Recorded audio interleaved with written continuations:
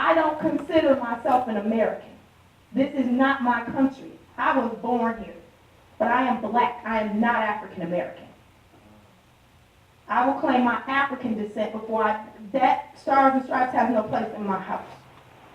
I won't fly it. I won't salute it. This is not my country. This is not a place that respects people who look like me. And as far as understanding Black Lives Matter, for me, is global.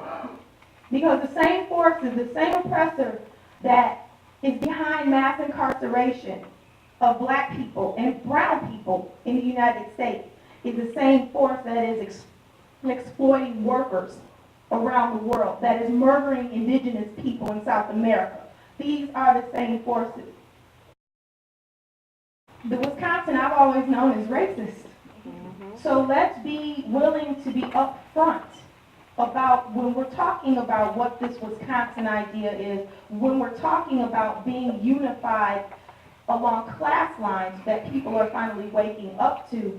Let's admit where we are. This is not a place that is welcoming to people of color, and it has definitely never been welcoming to black people. We have got to be willing to confront truth in not only the history of where we are here, but in the history of this country. This history is blood-soaked. This history is genocide. This history is rape, theft, and murder. Now, once we can acknowledge that as people, I think we can move forward.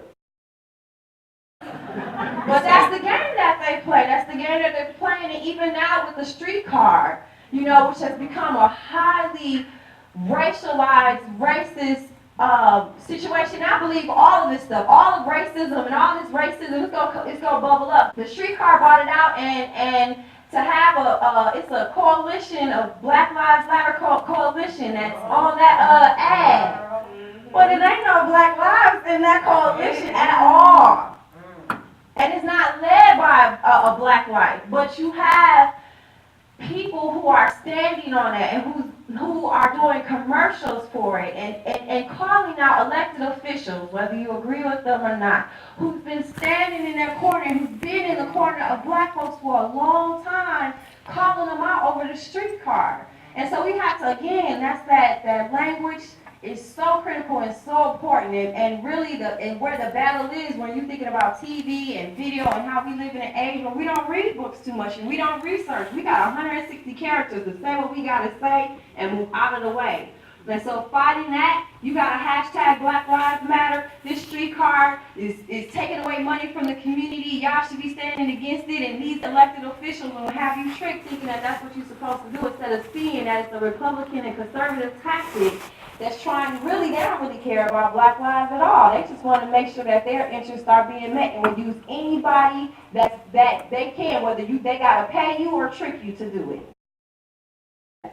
You can't come into communities of color and be the savior. We don't need saving. We save ourselves. We need people to get out of our way and let us do it. We have the capacity and the history to do this ourselves. But I also understand that there's room in this movement because capitalist white supremacy hurts white people too. Amen.